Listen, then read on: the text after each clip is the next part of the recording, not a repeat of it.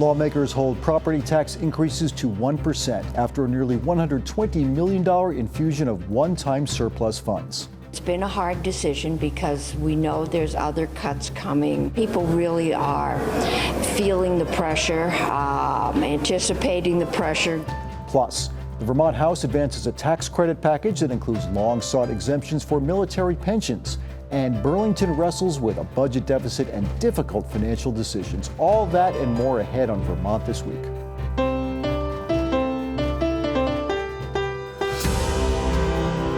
From the Vermont Public Studio in Winooski, this is Vermont This Week.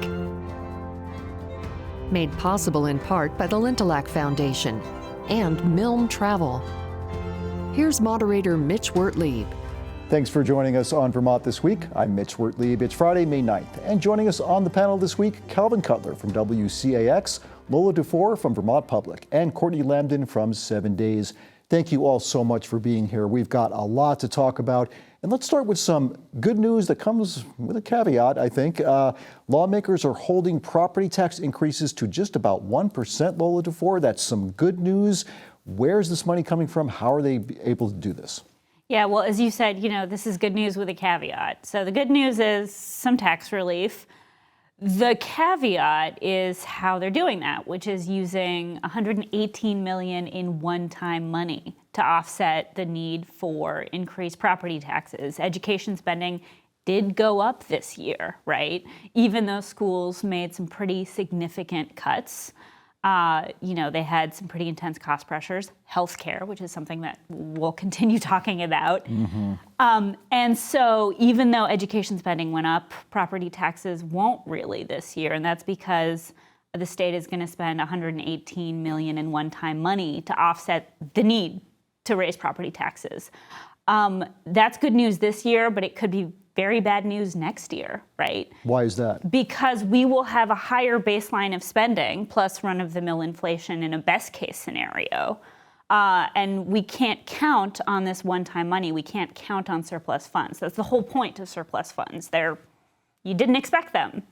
And can you break this down for us? It's $77 million from the general fund, as I understand it, and then what's the remainder? And then $41 million from the education fund. And, this extra money is a result of the economy kind of going gangbusters these last couple years.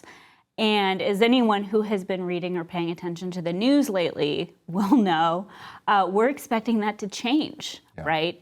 And so we're spending $118 million in one-time money to give ourselves a temporary tax break. But next year, we could be dealing with a profoundly different financial picture. And so, we saw Senator Ann Cummings kind of express, even though she supported this package, it came out of her committee, she and other lawmakers have qualms about this, but also feel like given the message they got in November from voters, they had no choice but to do this. I want to focus quickly on the $41 million of this relief that's coming from the education fund. We've been hearing, we're going to talk about healthcare, but we've been hearing a lot about, having to pay teacher benefits with healthcare and stuff. If we're spending this money from the education fund, isn't that money that could be spent on things like benefits for teachers and that's not being spent?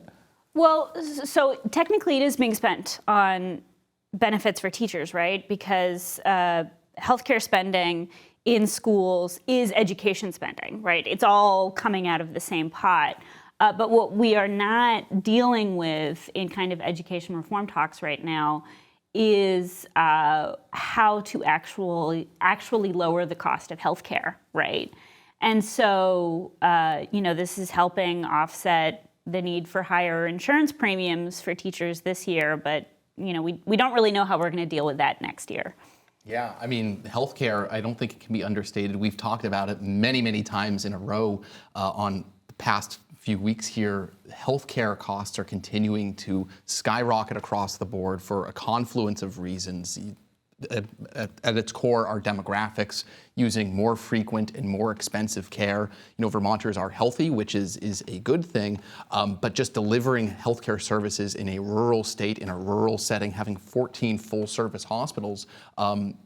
Many people you speak with in the legislature, in our healthcare system, it is really at a breaking point, and we are there. And potentially, some people are really concerned that changes that we might see, depending on what comes out of Congress, with the state Medicaid funding and what's known as the Medicaid provider tax. We can get into that if you want, but Vermont could stand to lose hundreds of millions of dollars in Medicaid services and Medicaid funds, which fund all kinds of healthcare services, from Dr. Dinosaur for low-income children, addiction services, long-term care for seniors. So I think it's a very dire, I think I'll say, picture in terms of the healthcare component of it. And I think what a lot of people don't realize is, Medicaid cuts will impact you even if you're not on Medicaid. Right, yeah, right? That's a good point. Because these healthcare providers rely on Medicaid streams of funding. So setting aside whether or not there are going to be Medicaid cuts, and everyone is bracing for that, but that still remains an unknown. Setting that aside, we already face as a state, a healthcare precipice, right? Right now, regulators are talking to, our hospitals and saying, you have to come up with $200 million in savings next year, or our largest private insurer raises rates by another 20%. Blue Cross Blue Shield. Blue Cross Blue Shield, or they go out of business, Yeah. right? And so, setting Medicaid aside, we are already facing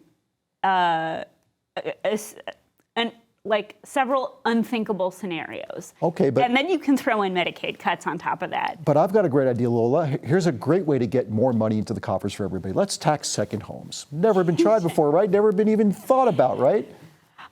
Yes, this is a perennial conversation, which lawmakers are having again this year.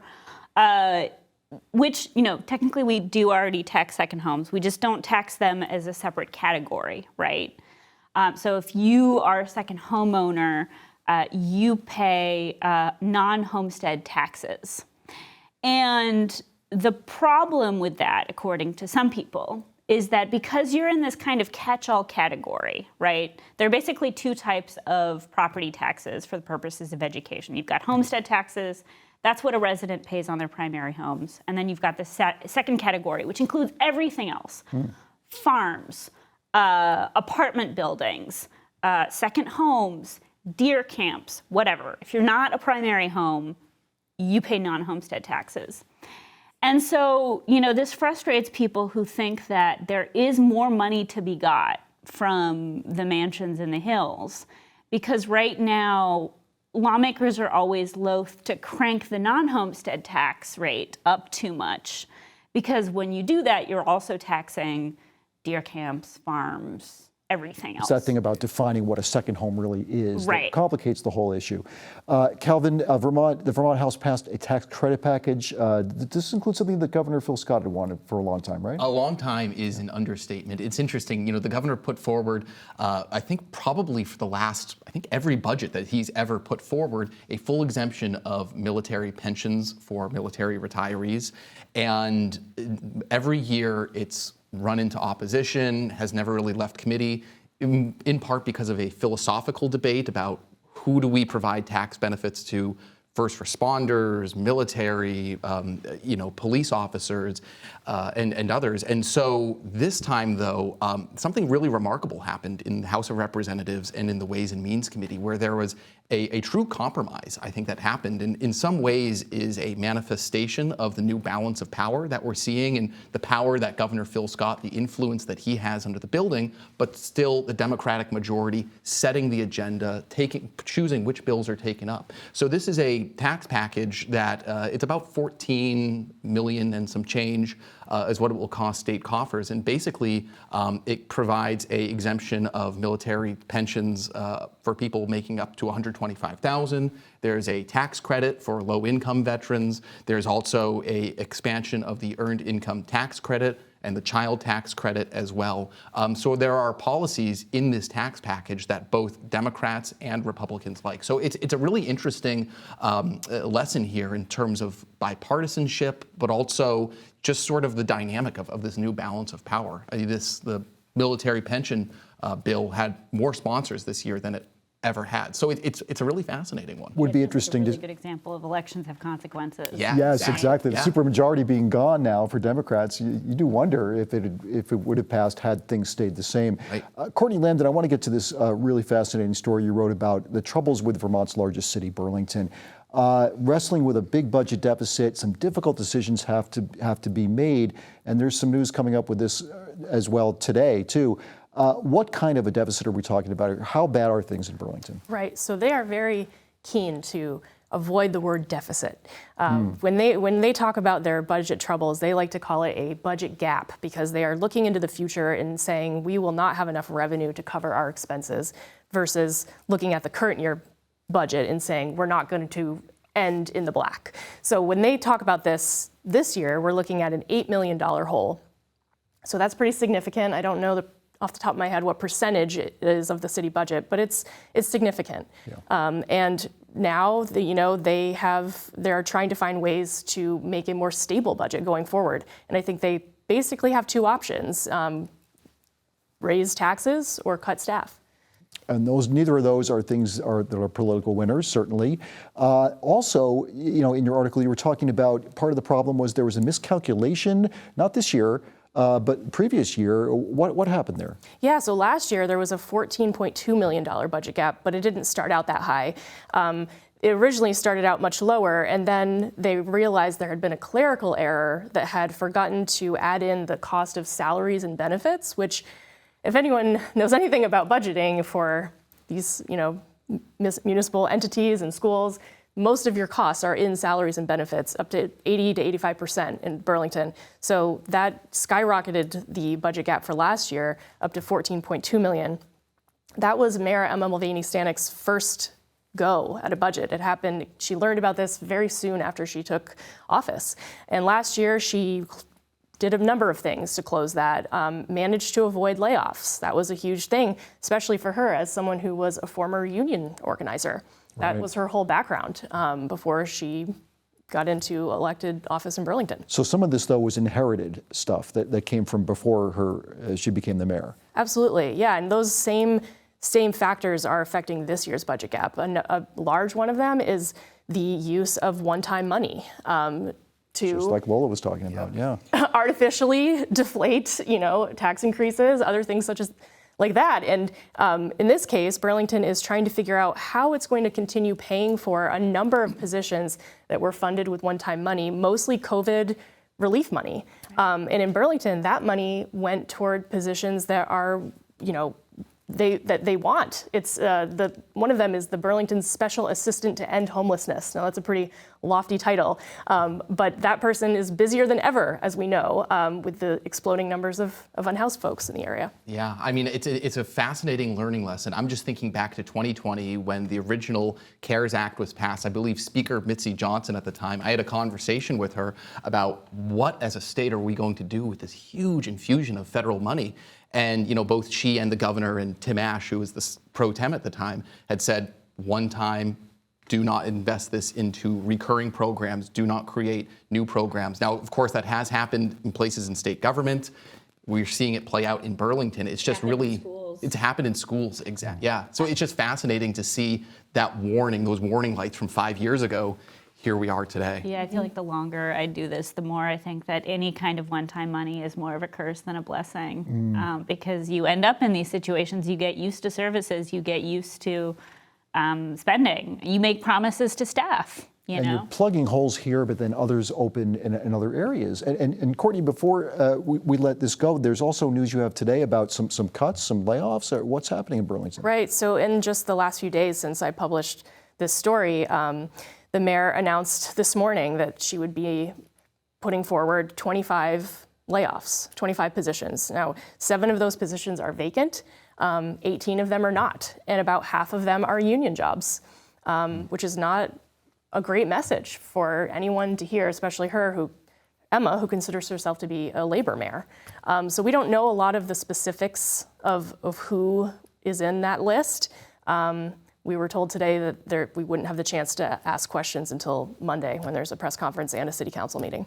Okay, I want to get back to some issues with Burlington as well in just a moment, but we do have to circle back, as much as I kind of don't want to this healthcare issue. Yeah. You know, Calvin, we did talk about this a couple of weeks ago.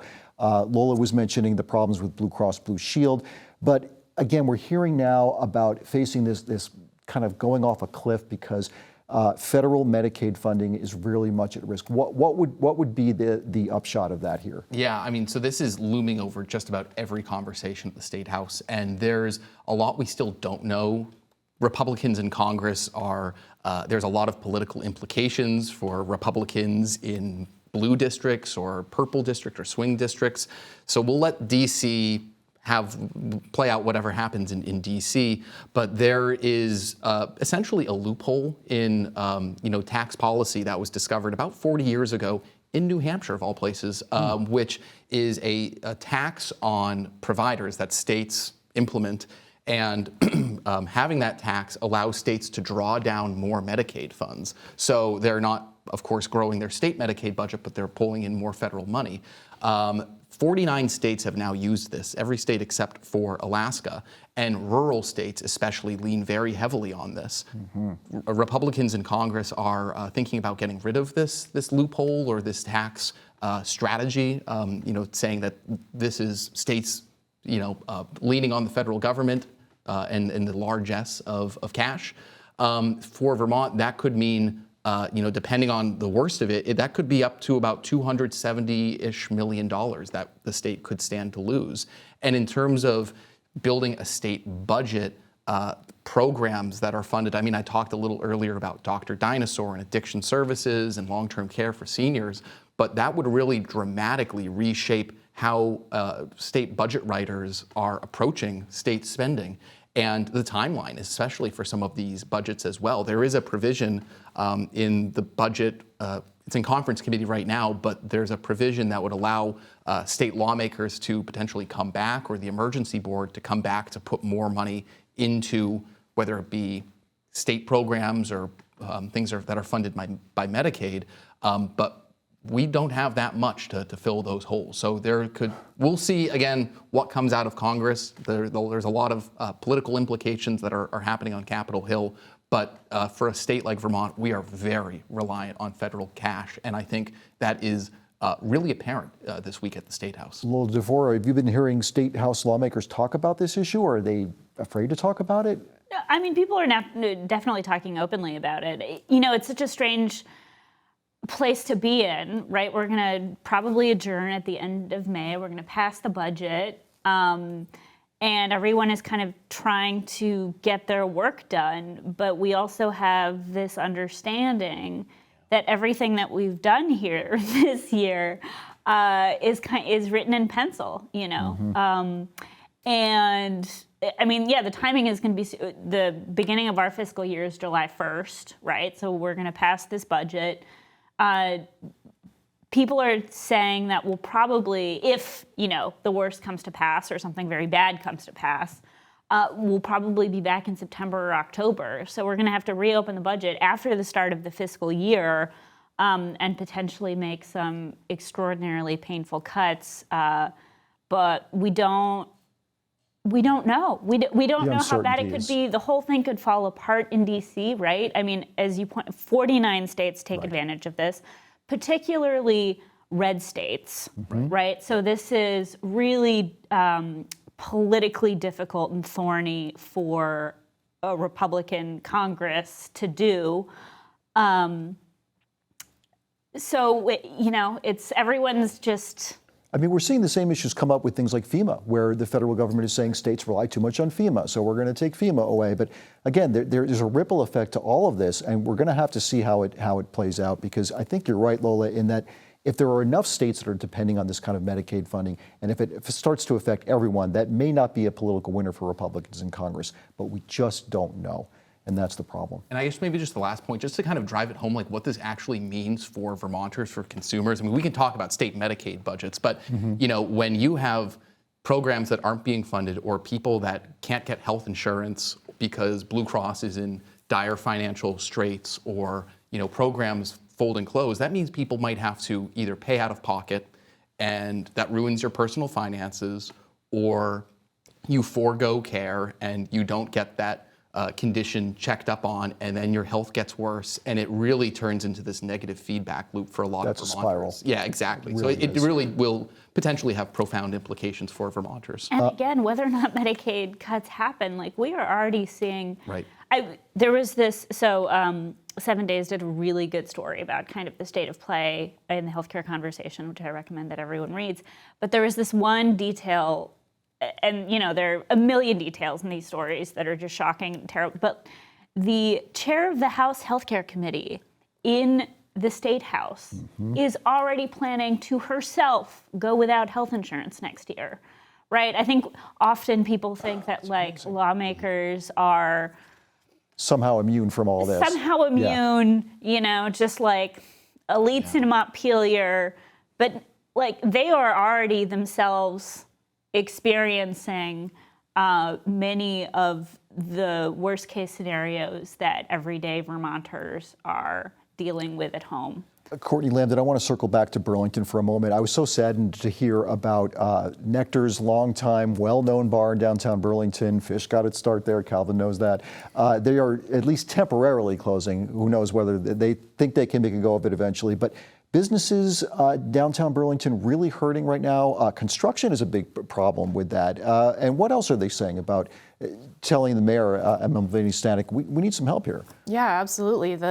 There are a lot of things happening in downtown Burlington that are putting a lot of pressure on businesses. Since the pandemic, we've heard a lot about the public safety challenges that Burlington has been experiencing. And today, a group of businesses signed and sent a letter to the mayor's office basically saying, we need help.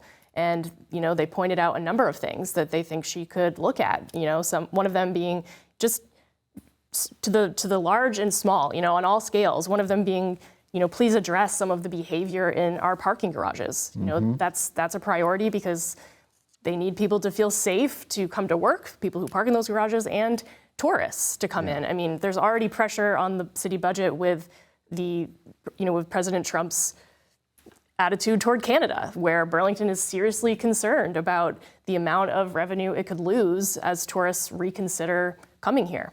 But the public safety thing has been an ongoing challenge.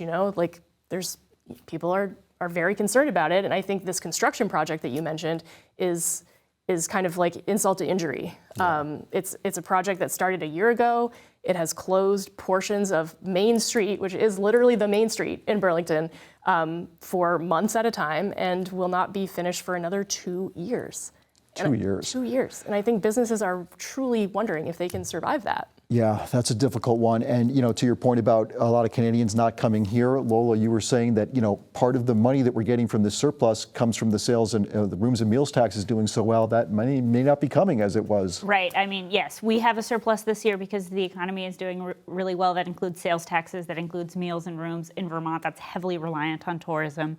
And everyone is expecting us to have a terrible tourist season. So, yeah, I think those figures will look very different next year. Calvin, I want to get to something that was launched this week, the announcement of a Vermont Immigration Legal Defense Fund. What's behind that? How's it going to work? Yeah, so this is a philanthropic fund that was launched earlier this week from Sue Minter, former Transportation Secretary, former State Rep Patty Comline, the United Way of Northwest Vermont. Yeah. Is basically, it's a legal fund that will accept donations to help pay for lawyers, legal proceedings, legal counsel for undocumented migrants who might be facing immigration enforcement from the Trump administration and from immigration officials. Certainly this has come, there was 3 migrant farm workers from a Franklin County dairy farm that were deported this week. Mojan Madawi, who was detained by ICE and is still facing charges from Homeland Security and the federal government. He also was at the State House endorsing this program, saying that it's important. We've talked a lot about how reliant our, especially agricultural economy, but our visitation economy, our ski economy, lodging, et cetera, is on migrant labor. And so they see a real threat here in terms of what that could mean for our economy. So that's what this fund is aimed at. But again, it's no taxpayer funds. It's all donation, philanthropic organizations coming together for this. And sort of related, there's a separate effort to launch a study about whether or not an office should be open to help specifically with immigration issues and to help folks get along with that too. Exactly, yeah. There's a bill in the state legislature which would study creating an Office of New Americans, basically which would be there as a resource to help new Americans, refugees, people looking to assimilate and integrate into society, helping them with workforce issues being number one, getting them jobs, but number two, transportation, language, housing. So really stepping in where some offices have had challenges in years past. That's what this bill would do. But again, it's just a study right now. Okay, I'd love to end on some good news if we can. And Lola, this is something we did not get to a few weeks ago when we had you on, but there's a growing demand for Vermont's technical centers. That's some good news, right? That is some good news, although I also have some bad news. Which Oh, is that Lola, come on, I'm doing my best here. Yeah, it's true. It's very exciting. The kids want to go into the trades, and that is very good news because we need them. The problem is our tech centers are underfunded and maxed out, and so a lot of those kids are landing on wait lists. Okay, so they're on the wait list though, and perhaps they can get in there, but certainly you need electricians, plumbers, they're very important jobs, and at least we're going to try to have something positive to say about that. And we do have to leave it there for today. I want to thank our panel so very much today. Calvin Cutler from WCAX, Lola Duffort from Vermont Public, and Courtney Lamdin from 7 Days will be tackling these issues again, of course. Thank you all for watching and listening. I'm Mitch Wertlieb. I hope you'll join us again next week for Vermont This Week.